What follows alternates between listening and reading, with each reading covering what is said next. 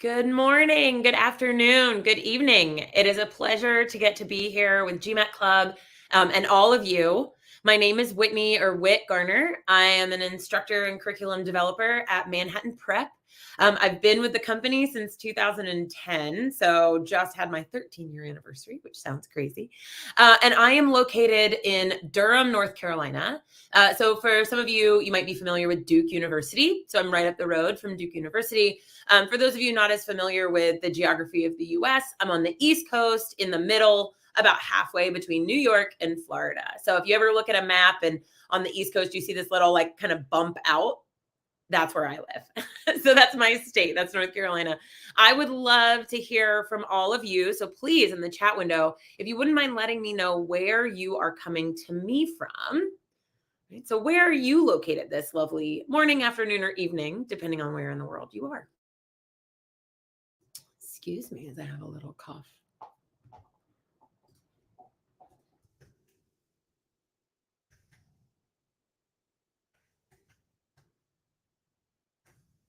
Okay, all right. I've got a few folks coming to me.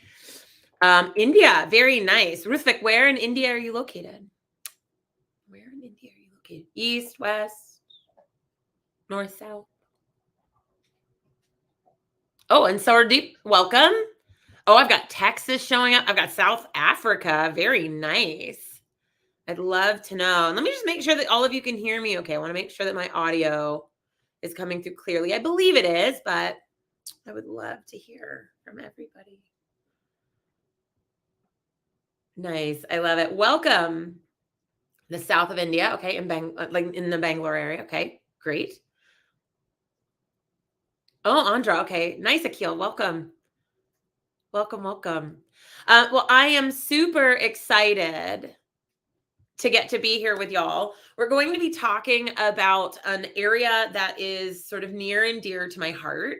And so hopefully your fingers on the keyboard are ready and lightning and ready to go, because I'll have lots of questions for you. We aren't going to be doing any official problems, but we are going to be talking about mindset. We're going to be talking about behavior, both in how you study and in how you take the actual exam, because one of the biggest things I hear from students is, oh my goodness, my practice scores were 700, 720, 740. I went in, I took the official exam, and oh my gosh, I got a 600. Right? So we're going to talk today about avoiding a score drop. And one thing I do want to note is when I say score drop, what I mean by score drop is 70, 80, 90, 100 points. If you see a score drop of more like 20 or 30 points, please just know that that is, in fact, really just statistical noise. That on the actual GMAT, the confidence interval for your score is plus or minus 20 points. So a fluctuation of anywhere from, 10 to 30, 40 points is actually expected. It really just depends on how your day shakes out. And so I can't really look at a 720 and a 700 as statistically different scores. But if you are scoring, 700 or even 680s, right, and above, but you go in on the test and on the real test day, you're scoring in the 500s or maybe the low 600s, then that's what we'd call an official score drop. Yes, exactly. Like a 730 to a 650. So I'm not exactly. So when we're looking at these like bigger score drops, it's often that there's a couple of real reasons. And so we're going to speak to the 4 things that we would argue have the cause of this. And all of these are things that we, in fact, have control over, most of which are what we want to start to work on in our practice. But some of it is also in our preparation for how we're going to handle test day. So, for example, we might end up with some artificially inflated practice test scores. And so that's where we're going to start today, is talking about like, well, why would my practice scores be artificially inflated? But then we'll start to think maybe a little lumped together this idea of time management and stamina, because a test like the GMAT that moves only forward, right? So for many of you, you've taken a GMAT, at least to practice before. And so you've probably seen that in order to progress through the GMAT, you have to answer a question before you're given a new question. right? And that means that I don't have the luxury of skipping and coming back. And so my timing, that management of timing, it is not common, right? It's not typical to what we would see on a standard exam. And so we really have to dial in our understanding of how much time we spend on individual questions before moving to later ones. So time management is crucial. We also need to think about stamina. And stamina might come into how we've artificially inflated practice test scores, but there are some things that we are doing that negatively and positively impact our ability or our stamina, how much stamina we have on actual test day. And then last but not least, it's worth talking about performance anxiety. So when a student comes to me, a test taker comes to me and says, I've had this huge score drop, one of the first things I discuss with them is, where do you land on this kind of like, I have performance anxiety, or I feel sort of excess anxiety on test day? Now, note that we will all feel anxious on test day, all of us. And I like to highlight that a feeling of nervousness, concern, and anxiety are important. They point our attention to what matters to us. If it didn't matter, we wouldn't care. And so because it matters, there will always be some level of nervousness and anxiety. What we want to protect against is a level of anxiety that becomes so high that all we can do is attend to our anxiety, and we can no longer focus on the questions in front of us. Right. And so we end up almost in a conversation with our anxiety, so distracted from the test that we couldn't do well. Imagine trying to take a test while a little child is sort of screaming at you and you're screaming back. You'd never do well. So that's what ends up happening when we end up with sort of these elevated levels of anxiety that put us outside of our threshold, that put us into a space where we're almost flooded or overwhelmed by that anxiety. Yep. So let's do this. And I love this. I've got folks from all over. I've got Italy. I've got Morocco. I mean, again, we've got North America, we've got South Africa, so we've got the African continent, we've got India, we've got Europe, we've got all kinds of folks from all over. So it's great to have you all here. So let's start today by talking about this idea of artificially inflated scores. So one of the things that I find happens a lot is that folks really want to take practice exams, like lots of practice exams, right? They go through all 6 of the ones that we have at Manhattan Prep. They go through all 6 of the ones that GMAT. They then go and get all the ones from GMAT Club. And then they try to find all the ones from Princeton Review or whatever other online source they can find. And they just start consuming practice tests. But part of what happens when we consume practice tests is that we don't typically consume them accurately. Right? Because when we're taking a practice test every week, right? Or even in some cases, I've seen people take them every few days, right? Like, side note, I encourage people to take a practice test no more than every 2 to 3 weeks until you're very close to test day. Very close to test day, you take 2 tests 1 week apart, and then 1 week later, you take the real thing. That is the tightest window of test taking I would ever recommend. Right? So practice test a week, real exam. And that's the only little segment of that you do. Outside of that, you really shouldn't be taking practice tests more than, again, ideally, I'd say every 3-ish weeks, but you could push it if you have a much shorter study window to every other week. But you want enough time between practice tests to rest. You want enough time between practice tests to make a difference, right? To actually study, practice some of your techniques. And you want to make time between practice tests so that you're not feeling tired and bored and overwhelmed. Right? So when we take practice tests and we start getting exhausted by practice tests, we start to create some non-official conditions because they make it more convenient. Exactly. So Saban put this beautiful comment in, which is what I see all the time, that we get really nervous. And so we just start taking practice tests and all we do is hang on the score. Right? It's like, oh my gosh, what's this score? Well, I got to take it again. I need a higher score. Oh gosh, I have to take it again. My score dropped again. Oh my gosh, I have to take it again. Right? So one of the things I want you to note is that we don't want to hang. When you take a practice test, the least important part of your practice test is the score. I know that sounds crazy, but it's the least important. What we care about in a practice test is your behavior, right? And we'll see that as we talk time management. But as we get nervous, we actually want to space out our practice tests more than collapse them. Practice tests don't teach us anything. They just hold up a mirror to what still needs work, but that stuff needs work. And so we need to see that outside of a practice test. But when we get this anxiety, we start to do things that make the test less reliable. So one of the things that we do is we start to pause, right? That's a very common habit, is that people will pause their practice tests. And so if you've ever paused your practice test, I mean, that's really problematic because we all know now there's no pausing allowed on the real thing, right? So if we're getting into the habit of pausing practice tests when we need to use the restroom or get something to drink, or when we're feeling stressed out, or maybe even worse, when we're trying to buy more time to solve, then what we're doing is fully invalidating the experience of the practice test.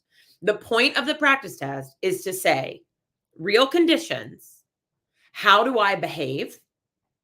And what of those behaviors is awesome? And I want to sort of keep it. I want to even kind of push further into it. Which of those behaviors are maybe not so awesome? And I need to look for an alternative. So I need to go practice that. So first is pausing a practice test. Yeah. Okay. So next up, have you ever taken extra breaks or longer breaks during your practice exam? So again, this is often common. Sometimes people will take, again, when they're pausing it, take extra breaks, or they won't time themselves during the actual breaks that they do take. So if you are working with the standard time, so I'm just going to speak to not having accommodation. Okay. So assuming that you are working with just the standard time that is issued to everyone, you get 2 8-minute breaks. Okay. So depending on the order that you take the test, you essentially get an 8-minute break every hour. So you'll see about an hour worth of the test, then you'll get an 8-minute break. You'll see another hour's worth of the test, then you'll get an 8-minute break. You'll see one more hour-ish worth of the test, and then the test is over. Now, please note that 8-minute break, so if you're taking that in a test center, that 8-minute break needs to include the time that the proctor has to come over to you, has to sign you out of the computer. You then have to be signed out of the room. So you're not just signed out of your machine, you're signed out of the room itself. Then you get to take your break, but you have to come back, be signed into the room, and signed into the computer again. And so an 8-minute break is honestly only about 4 to 5 minutes in real time. And so when you're taking these breaks, I want you to get up and move around during a practice test, but you only have about 4 or 5 minutes. And so if you're giving yourself 10 minutes, 15 minutes, kind of a leisure break to have a snack, have something to drink, maybe sit down for a little while, that's not going to be the sort of rushed pace that you're going to experience during the test. And it can be very difficult to find calm in the middle of a break that feels in some ways even more rushed than the test itself. So you want to start to practice, what can I accomplish in the 4 or 5 minutes, right? Can I get a little bit of stretching maybe? I like to do jumping jacks on the way to the bathroom. So get a little cardio to get my dopamine levels up, help me get my focus improved. And I like to have a little something to drink and a snack, but you don't have much time, right? So if you've been taking extra breaks or you've been taking longer breaks, just know you only get these 2 very specific 8-minute breaks, and they come at very specific times. Yeah, like very, very specific times. Okay. So let's look at another possible thing that you might have done. Now, as folks start to take practice tests, there's a tendency to retake them. This is particularly true with the tests that you get from GMAT directly, right? There are 2 free exams and there are 4 that have to be paid for. And so it's common for people to retake those 2 free exams. There are also a lot of message threads on a lot of the different sort of message boards that will share questions from practice exams, and people will talk about how they solved them or what the solutions are. And so just be really cautious if you're working through only practice questions that you're finding online and that you don't know the source of. if the source of a question is from a practice test, I would avoid it until after you've taken those types of practice tests, right? Or if the source is unknown, I would potentially avoid it at least until you've taken some of those official practice exams. Because once you've seen the questions, there is a huge element of surprise that's missing from the real exam, right? On the real exam, things might feel a little bit familiar, like, oh, I've seen geometry before. Oh, I've seen weighted averages before, but you won't have seen that reading comp passage. You won't have seen that sentence correction example or that data sufficiency question. Right? Those won't be on your real exam. And so if you're starting to see the same questions over and over again, that's going to inflate your score because now there's questions that you've seen, recognized, know how to do. It takes some of the stress down and we're more likely to get those questions right. Okay. Another common thing, do you find yourself wiggling around and moving during your practice exam? Do you get up? Do you change your seat? Right? Do you stretch? Do you move around? None of that is allowed on test day. You are not allowed to stand. You are not allowed to move about. It's not allowed, right? So we want to be really careful trying to mimic our official conditions, which is again, like why we don't want to take 3 practice tests in a week. I don't want you sitting for 3.5 hours with 2 5-minute breaks. That is a terrible way to live your practice life, right? So I want you getting up and moving around and doing all those things. We just can't have you do that during a practice exam. Yeah.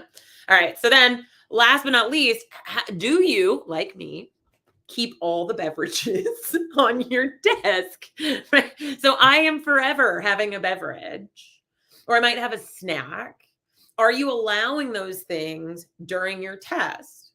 Now, if you take the test at home, you are allowed a clear glass of water. So if you're taking it online, you can have a clear glass of water on your desk. I will say, be careful drinking too much water. You don't get a lot of breaks.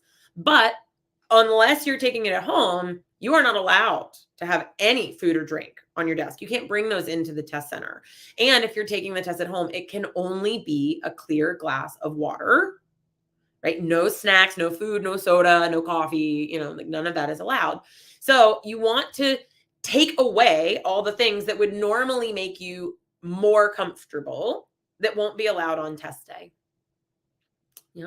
So all of these are things that we want to be careful of. I would like to add something to this list as well, though, that I find is a little startling for students when they encounter this. You are not allowed to mumble or talk to yourself. So if you are a person who, like me, reads questions to themselves, right, or reads passages to themselves, you are not allowed to do so. Now, in a test center, as long as it's exceedingly quiet, the proctor might not actually say something to you, but decent chance if you're in a test center, if you're mumbling in any audible level, the proctor is going to come over and tell you not to. If you are at home, the same thing will happen. If they hear you murmuring or mumbling or talking to yourself, they will in fact ask you to stop. And so I want you to start to notice, and I've had some students who didn't realize they did it. I've had them use their phone and audio record themselves during like the verbal or the quant section to see, am I talking to myself audibly? And so if you use that as a technique to help you read, because I certainly do, it is definitely something that you have to work on for test day, that you are not going to mumble or kind of read out loud to yourself. One other thing that's come up recently, since I actually built these slides, one other thing that's come up was if you're taking the test at home, you have to have your whole face on the camera the whole time. So they need to be able to see all the way down to the bottom of your chin, all the way to the top of your head. And so depending on where your camera is located, if you lay down to solve, right, if you really lean forward over your whiteboard to solve and part of your face goes missing, the proctor will in fact come on and stop stop you from working. The time's going to keep going, but they're going to stop you and they're going to ask you to readjust your camera. So it's another thing I would encourage you to do. Maybe you open up a Zoom or you open up a Google like Hangouts and you practice where does the screen need to lean so that it can see me while I'm working, right? So all of these little things that might pop up on test day that we don't think about during our practice can be extra little unnerving, like, oh, it rattled me that the proctor kept coming on and telling me to be quiet. It made me nervous that the proctor came on and the time was just running and asked me to adjust my camera, right? I kept wanting water because I'm used to drink. I didn't realize how used to drinking I was. And so all of those little things that get at our comfort or what feels typical are going to make us more anxious or perform less well on test day. Yeah. So what I'd love for y'all to do is type in the chat window, what is maybe one of these that you do classically that you're going to commit to not doing anymore, right? So what's one of these areas that you've maybe been taking practice tests in a non-traditional way? Let's all acknowledge, right, that we've all we've all done this. What are some ones that maybe you've done in the past? So you want to call it out and say, okay, I'm not going to do this again. Cool. What are some of those habits that we don't love?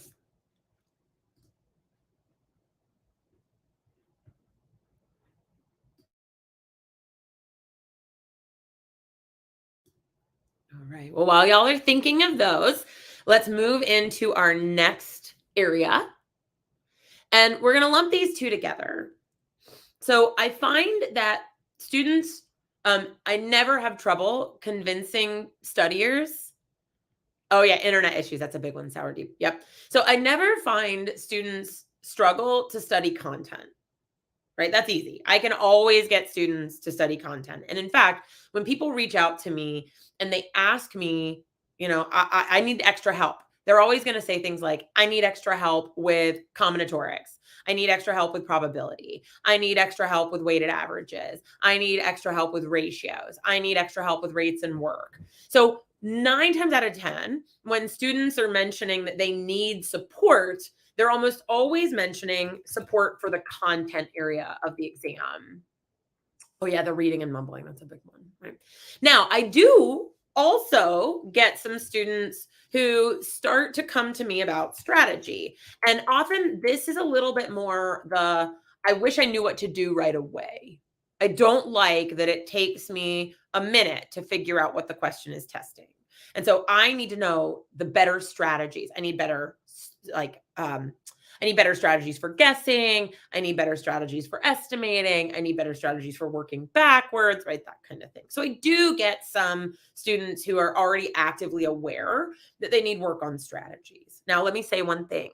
You can't know what to do on a question much faster than about 30 seconds or so.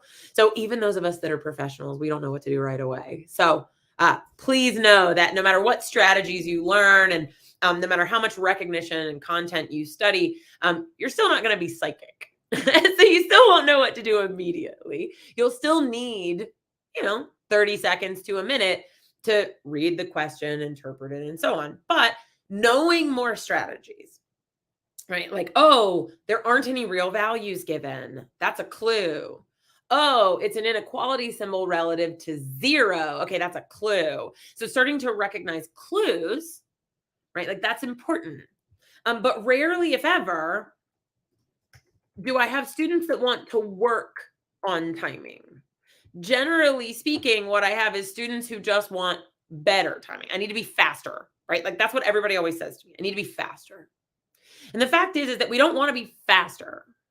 We need to be more efficient, right? Fast assumes that speed is always better. And in fact, speed is generally worse in all situations. Now, when it comes to studying the test, again, people think just like an old-fashioned test, if I were to study content, I'm going to naturally get better and faster. The thing is if you study content, you are going to get naturally better and faster at the difficulty of content that you study. But the test isn't going to stay at a static difficulty, right? Stay at a static content level.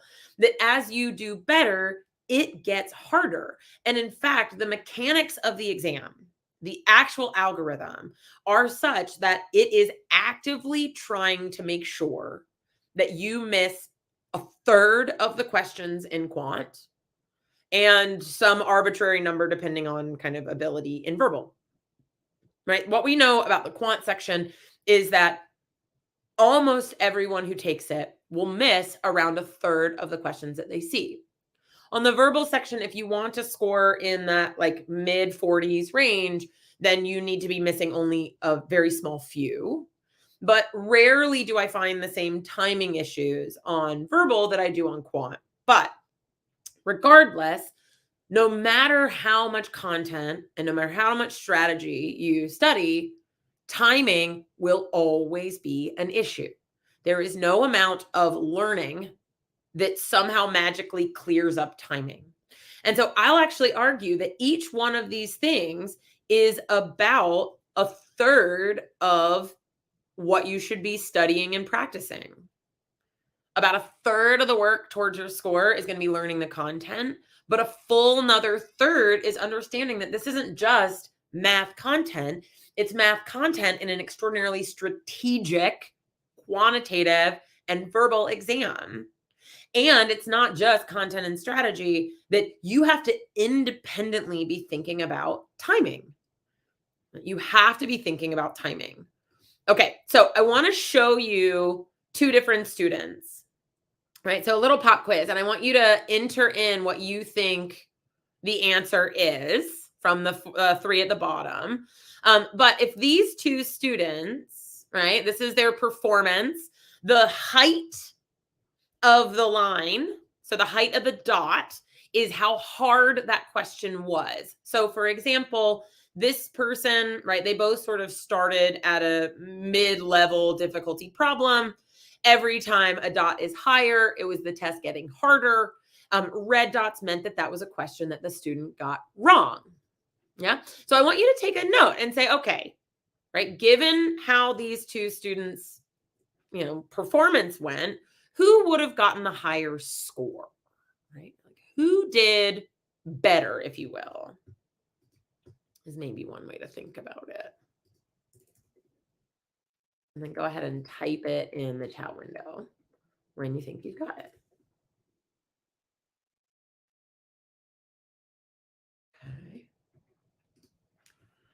Okay, I've got student 2. I got a lot of folks on B. Their scores look like the same.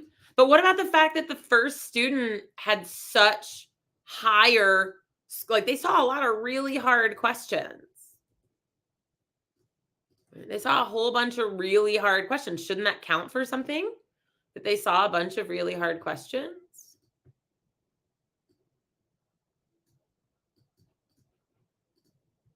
Okay, I'll give another moment or two for any final guesses. Okay. Well, so for those of you that said B, you are correct. Student 2 is the person earning the higher score. Why? Because that's where they ended. Right? So one way to think about the test is where you end is what you get. Right. And exactly. And so here's the thing. This person got some easier questions wrong. Right? However, this person, while doing really well in the first part of the test, notice what starts to happen in the second part of the test. So here's something that we know. And we know this pretty well now from having taken a whole bunch of mock practice tests ourselves and trying out every combination of what happens if I get a bunch wrong at the beginning? What happens if I get a bunch wrong at the end? What happens if I get 10 questions wrong? That's a third. What happens if I get 10 questions wrong and I bunch them all together at the start? I bunch them all together at the end. I bunch them all together in the middle. I spread them out sort of perfectly, right? Like what happens in all of these situations? How can I force this, GMAT practice test to sort of tell me some of its secrets? And here's what we know.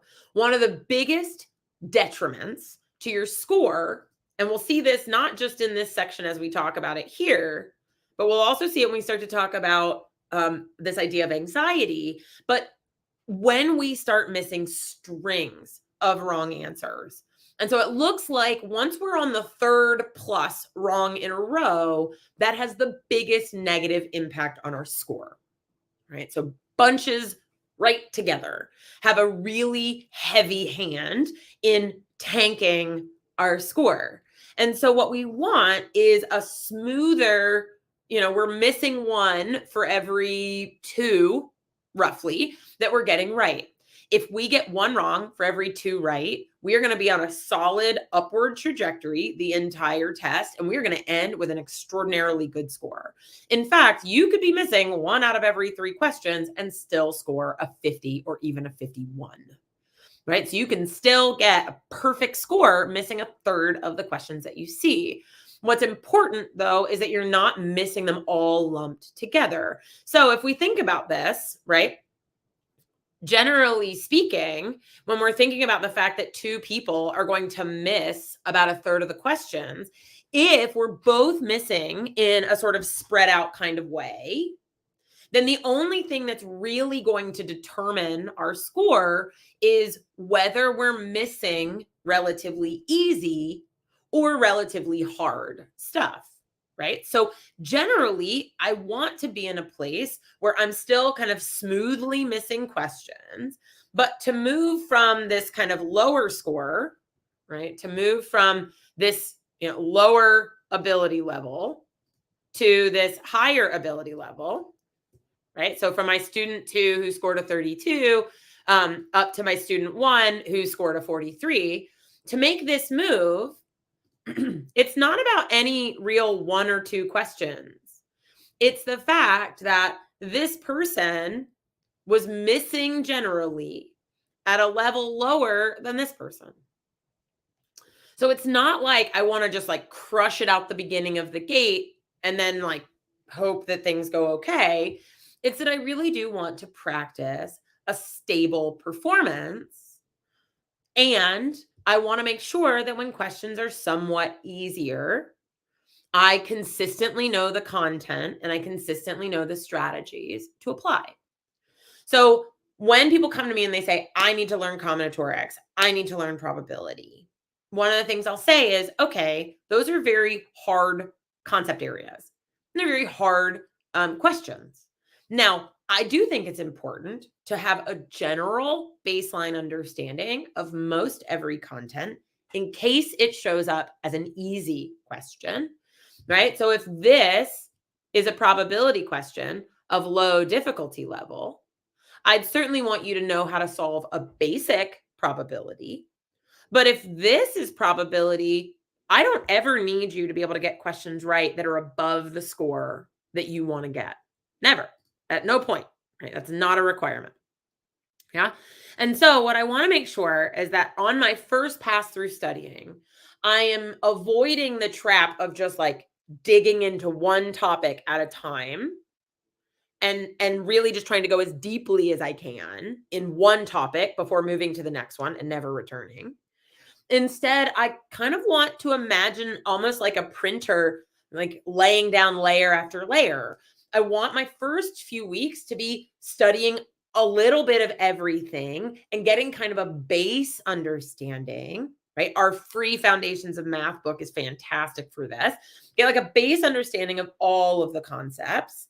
Then I'm going to kind of come back over and I'm going to write over that any more difficult layers of it, and then another more difficult layer. And so I'm going to keep working towards a more nuanced, a more advanced understanding of each topic, but I'm going to try and prevent myself from missing a whole lot of very low difficulty level problems, right? I'm going to try and prevent that by at least having a ground level understanding of most questions. Right. So if I show people, right, like the following graph, it's like, well, why might something like this happen to a person? So imagine that this is the person's underlying ability level, this line, like this person, totally capable of a 42 to a 44 score, no problem. But they end up spitting out down here in like a 35, 36 range. So this 7 to 8 point quant score drop is more than enough to hurt your score in a range that is a huge score drop, right? So why might this happen? What is happening when a person is missing all of these sort of below their ability level questions? Well, one thing is what I just mentioned. It's that they've got holes in their foundation, right? So maybe they just never bothered to study a certain area. But now I want to ask y'all, there's another major reason why people miss easy questions. And what is that? What do you think another massive reason why people miss easy for them questions? That's not just about what they know.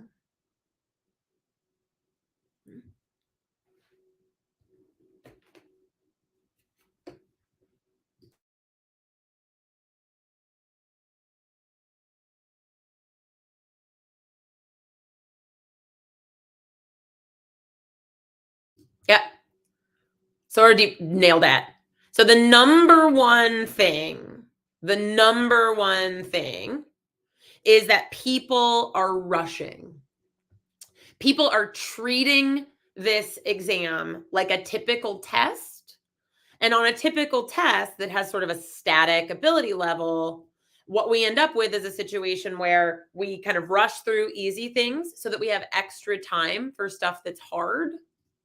Where on a test that's adaptive, we want to adopt the exact opposite strategy. What we're looking for is a situation where we actually spend adequate time on things that are doable. If I feel like it's my question, I'm going to spend the time and get it right. If I feel like the question, however, is out of my depth, is outside of my ability level, is over my head in some way, I want to be ready to try and bail on that question as quickly as possible, right? Now, I don't want to bail in 5 seconds because, again, it takes a few minutes to understand what a question is asking you to do. But I do want to make that decision relatively quickly, right? Like I don't want to spend forever on something that seems really hard only to run out of time and feel rushed on things that are way, way below my ability level. Yeah. So we end up in a situation where we have just really terrible timing, right? Careless mistakes because we're rushing, because of poor time management, or because we end up in mental fatigue. And now you might say, I take a bunch of practice tests. That's how I'm going to improve my stamina. No. Do you know how we improve stamina? We make better choices. We don't waste all of our time on questions that are a struggle, right? So we take those extra struggle questions off the table. How else do we improve stamina? We sleep, right? We get rest. We get space from the test. We don't take 4 practice tests the week before. We don't do a million practice questions the day before, right? Generally speaking, the week before the exam, we start to take it easy. We catch up on our sleep. We catch up on our mental, emotional health, right? We spend some time with friends and family. We try to eat well. We get our exercise. Yeah. And then the morning of the exam, we might do 1 or 2 practice questions as a warm up right before we go into the test center or right before we log in for our online exam. But otherwise, we want to treat this as a place where we want to stay warm like an athlete would without injuring ourselves before the big day. We do not increase mental stamina by taking exhausting practice test after exhausting practice test. Right? We battle fatigue through rest, both before the exam and smart decision making during the exam.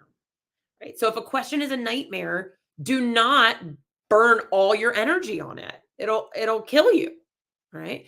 And exactly, if all you're doing is practicing only the hardest problems, right? You're not going to, and that was like Manish is like such a good example. If all you ever do is practice only the hardest problems, then some of that foundational stuff disappears. I've watched some of my most brilliant students screw up basic exponent rules, screw up basic fraction mechanics because they don't practice them. Yeah. So there's one other major situation that'll happen to folks that makes you score well below your actual ability level. And that's this. And a lot of people see this. This is very commonly the like, your score has dropped because of poor time management, right? This is the person who has been told that the first 10 questions matter more than anything else. That's a lie. But this is the person who burns up all of their energy and all of their time in the first half of the exam. I see this happen a lot, right? Exactly, Sour Deep. You'll never see the hard ones if you're screwing up the easy ones. And if all you're doing is burning yourself at the beginning, note that you are not just burning up time, you are also burning up mental energy. So as you start to get out towards the end of the test, of each section, fatigue is setting in on top of running out of time, which then means anxiety is starting to set in, right? As that timer is going at the end. We aren't thinking as clearly when we have anxiety. We are not thinking as clearly when we are under extreme time pressure. And we are not thinking as clearly when we're getting fatigued, right? Think about how effective you are on 3 hours of sleep. Not very, right? And so what happens is we get out at the end, you start missing a bunch of questions, and now there's no space to recover because now you're missing strings, which we know is the kiss of death. So you're missing strings of questions. And they keep getting easier and you're missing them. So now you're definitely missing stuff below your ability level. And so if we don't keep in mind that hard questions, it's okay if we miss really hard questions, right? Like a reminder, this person missed just as many questions as this person did. They just missed them at a higher difficulty level. So we can totally miss questions. We need to miss questions. The computer will make us miss questions. There's no way around it. But we should be really thoughtful about the types of questions that we miss. I want to miss questions that feel like a struggle. Why? Because I don't care, and it's going to save me time and mental energy. I want to think about each question as if someone was coming to my office and I'm like a consultant and they're asking me to take on their project. Yeah, occasionally a complex project might sound fun, but if what I'm really trying to do is skate through the year, right? I want to have an easy year. I'm going to take on the projects that feel very successful and doable. And any projects that sound like a pain, I'm going to ask them to go work with someone else. So as you think about bailing on questions, I don't want you to think about bailing as I'm not good enough, I can't handle it. And instead, turn it on the question. I don't think this question is worth my time, right? Like, I don't have the energy to be bothered with this, like, Karen of a question, right? Like, I do not want to deal. This question is going to complain. This question, nothing's ever going to be good enough. This question is going to take up all of my time. Like, I'm good. There's other questions. Like, I don't want to work on this question. Right? Just think of if you've ever, like me, worked customer service, right? Like imagine the client you don't want to have on the other end of the phone. Find its sort of analog question and hang up, right? Send it to someone else. Know that you're going to miss a third of the questions that you see, right? That's normal. That's common. That's just what's coming. Yeah. So just kind of keeping in mind, let's kind of summarize this and we'll finish off with our last little discussion about anxiety. I'd like to do a little exercise with y'all. But some classic timing things, let's sort of summarize them all in one place. The number one thing that will kill your score, or one of the main things that will kill your score, is running out of time. Instead, be ready throughout the test to make some fast guesses. And again, when I say fast, that means in the 30 to 60 second range, right? I would love to have timing that is where I spend more like 2.5 minutes on the questions that I do. And I'm dumping about 1 out of every 3 to 1 out of every 4 questions. So in about a minute, right? So I want to see every question and be able to give it about a minute. At the end of a minute, if I don't want to do it, I'd rather dump the question. I now just bought an extra minute that I can spread through the 2 to 3 of every 3 or 4 that I'm going to actually do. So be ready to make some of these faster guesses. And when I say guess, just pick your favorite letter. Like, don't spend forever agonizing about it. You know that you're going to get a bunch of questions wrong. Just get it wrong. Get it wrong and get the heck out of there, right? Hang up the phone on that obnoxious Karen. Right? We don't want to deal with them. Another thing that can absolutely kill your score is if you finish super early. So I do see this quite a bit. People finish very, very, very early, typically because they're rushing and making careless mistakes. Now, one thing I will say, if you ever took a practice test and you did well, and then the second practice test you took, you did like worse, and you're thinking to yourself, how have I been studying for a month and I just did worse on a practice test?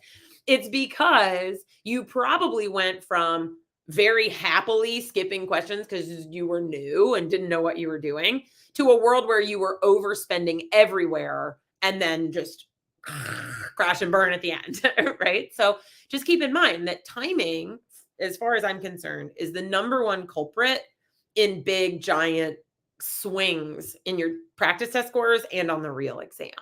So if you're finishing really, really early, you're likely making a bunch of careless mistakes, or you're bailing maybe a little too quickly. Slow down.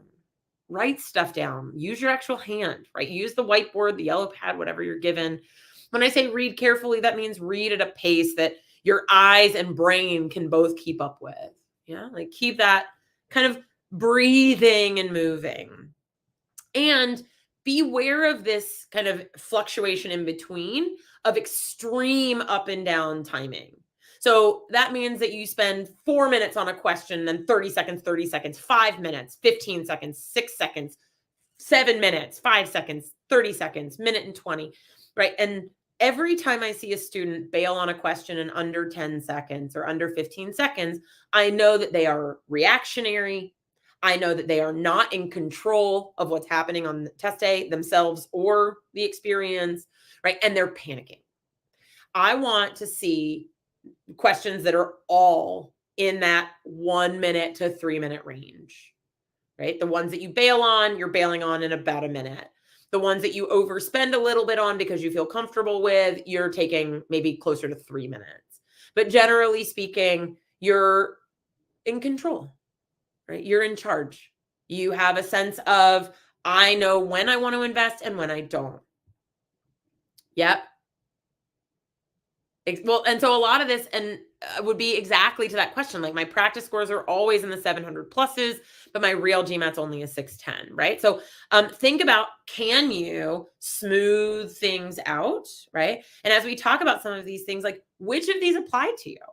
So how often is timing, like as you now go back and look at practice tests? And I will say this is really hard sometimes. I think the new GMAT practice exams do give you some timing data, but you'll need to type the time per question into like an Excel form so that you know what your cumulative time is.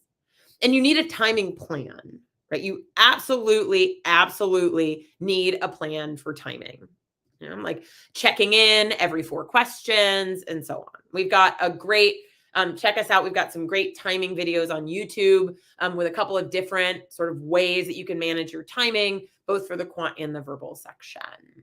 Yeah. So one of the other things to note is that GMAT, so the official mocks, they are a wee bit easier. And I say that not because they're actually easier.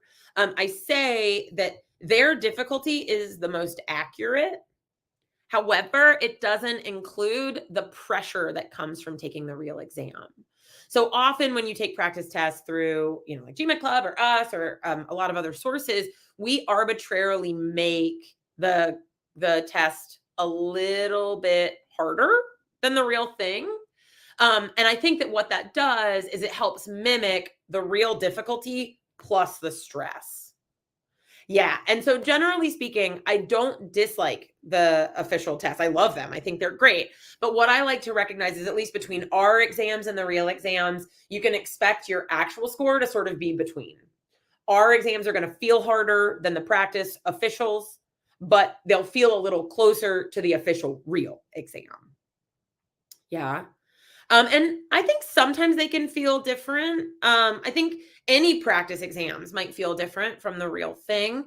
And you're right, the questions are quite old. But the fact remains that all of us who are writing practice exams, so I don't want to knock GMAC too much, all of us that are writing practice exams are working off of retired questions, and those are all older. Yeah. So I know that many of you have heard about the news that there's a new GMAT focus coming out in the fall. And I'm hoping, right? That really injects the GMAT with a lot of kind of new excitement, new questions, new energy. We don't know yet, but that'd be my hope, that we'll now actually start to see some more the modern era of GMAT questions. But for now, all of us are working under the idea that the questions that we are mimicking or the questions that GMAC is showing you are all older, right? They're rarely new. A lot of them are still from the early 2000s. So we work with what we can, but I think a bigger impact is the question exactly like I see it on test day. I think what hurts most people is the behavior, right? Am I making poor decisions with my time? Am I making poor decisions with my energy? So in some stage, right? Like let's think about the do's and the don'ts. We don't want to take double time to solve a problem. Like I don't care how different or similar that problem seems. 2x timing is too much, right? We can't afford to use that much time on individual questions. We have to be ready to guess and move on, right? Because it's not just going to eat up our time, it's going to eat up our mental energy. Now, if a question feels like, oh, this is mine, I got this, I know how to do this is my favorite topic, but I know that I need a little extra time, okay, I will push up to like 1.5 time. So if my target was 2 minutes, I might let myself lean up towards 3. But by the time I'm coming over 3 minutes, like, no, that's not good. We can't have that. That's way too much. Another thing that can get us there is like, we do not want to try and solve every problem, right? You want to be fully aware that you are going to miss half the questions that you see or a third of the questions that you see. That's coming. There's no way around it, right? Like that's it. That's how it goes, right? And so if you're trying to solve every question, you are absolutely going to run out of time. Right? There's no question about it. You're going to run out of time. And I say this as a person who consistently scores 51s. Like math is my bread and butter, right? Like that is my area, right? Math is it. And so I continue like consistently score 51s, and I do so not by solving every problem.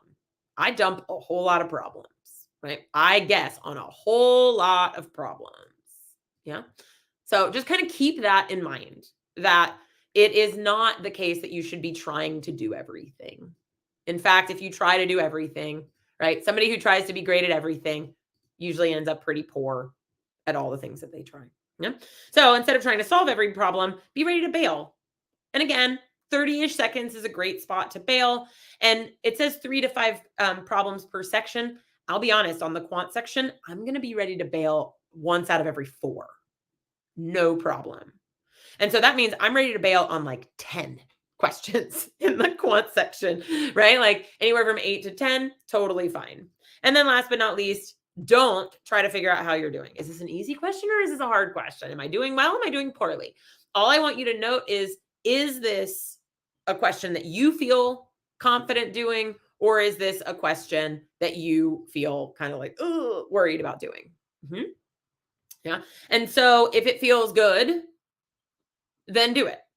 If it doesn't feel great, then bail, because you're going to have to make the call. Now, I like to decide ahead of time, what does a question feel like when I want to be able to bail on it? So what am I looking for that like sensation? And then what does it feel like when a question is like, this is my kind of question? So that when I am noticing that sensation in my body during the exam, I can say like, oh, this is how I feel when a question is usually not going to go very well. And so I'm going to dump it. Oh, this is a question that I feel really good about. I'm going to work on it. So speaking of that, last but not least, we'll just spend a couple minutes, is this discussion around, right, performance anxiety, right? Performance anxiety. And so a thing to think about is, how anxious do you feel when you're taking the real exam? Right? Oh yeah, if you want to get, and there's a question in the window for verbal 40 to 42, we're looking probably more at like, you can miss 5 or 6 total verbal questions. Yeah. Okay, so things to think about when you're feeling anxious, right? Like, do you feel like you end up with very sweaty palms? Do you feel sick? Do you get extraordinarily distracted? Do you find yourself in these ruminating conversations? You're saying things like to yourself, like, I should know how to do this. I'm or even worse, like I'm dumb, I'm not smart, I'm not fast enough, like very self-critical thoughts, right? When you sit down to study or when you sit down to take a practice exam, do you find yourself often overwhelmed and trying to avoid? Are there certain topics that you're trying to avoid, right? Other things, do you find yourself again with these like task unrelated thoughts? There's a lot of mind wandering. There's a lot of kind of like editorializing and conversing. And then do you feel like you're constantly worrying about the GMAT and how that's going to play into your application? So the one thing I do want to say is that test scores matter a little. They are not the end all be all, right? They are not. They are a data point, one data point. But it can be very easy if all we do is trust the message boards and the sort of anecdotal, like, oh, you have to study 2,000 questions, you have to do 10,000 questions, you have to get a 51 quant, you have to get a 45 verbal, you have to get a 780. Like if we listen to that chatter, it can also lead to a ton of performance anxiety. I have sent students with 580s and not underrepresented students, well represented, or even overrepresented students. I have sent 580s to Stanford, right? So the GMAT matters, but it's not the only part of your application, right? So one thing to note is that taking some moments for mindfulness can be really valuable, right? Taking moments to kind of consider, all right, let me tune into my body. Let me figure out what's happening, right? Like, let me breathe. And practicing this matters. And again, we have a ton of great YouTube videos for free all about mindfulness and meditation and some great exercises and practices of mindfulness and meditation for test day and for your practice. But one of the things I want to highlight is that when students come to me and they say, I have to get rid of my test anxiety, that's not possible, right? As I mentioned at the beginning, the test is going to get under your skin. And so what is going to happen? Well, you're going to be anxious because the test matters. You're probably going to second guess yourself during the exam. Okay, probably will, right? That's normal. You're probably not going to get a great night's sleep the night before. And the test logistics, generally speaking, are going to be annoying, right? You cannot prevent test anxiety. But what you want to think about is as part of that, and sort of think of this trifecta, right, of content and then strategy and then timing. It's sitting in and around all of this. You want to look at the ways in which you can incorporate mindfulness. And that could be things like meditation. That can be things like exercise and mindful movement, right? It might be running, it might be cycling, it might be yoga, it might be climbing. I love to climb, right? Meditation, exercise, spending time out in nature, right? Be around some water, get around some trees, right? Like you want to incorporate into your studies a broader picture of how can I notice when my nervous system is becoming a little dysregulated, and in the face of that dysregulation, how can I instead start to, like get myself back to stasis. Yeah. And so, like I said, we've got a bunch of these video lessons on our YouTube site because we know how important meditation and mindfulness and centering exercises can be. Yeah. So I would very much love for you to come and visit our YouTube channel and check out some of those and maybe find a method or two that works for you. Maybe it's a breathing exercise. Maybe it's a focus exercise. In the meantime, I also want to invite you to come and hang out with us, right? You can attend any of our GMAT or GRE session ones for free. And so we offer a lot of information on timing, on test strategy, and on how to handle test day as well in our free sessions. You can attend as many as you want, right? It's not just that you can attend one free session, come and attend several. Different instructors will offer up some different advice. And so I think it's useful to come check us all out, right? Like we've all got some different and what I would say is like very good advice. You don't have to give us any money. There's no credit card. You just sign up and you come, right? You will get a phenomenal intro lesson of both the GMAT, or if you're still trying to decide GMAT versus GRE, you can get those both there. And in fact, if you go to manhattanprep.com, if you haven't already, go ahead and get access to our free starter kit. You get a free practice exam with all of the review tools that come with it. You get access to some video lessons, a study guide. I mean, we have all kinds of stuff in our free starter kit. So I want to strongly encourage you to come check that out. Again, it's totally free. And then last but not least, before we finish for the day, I just wanted to offer you a huge thank you for coming today.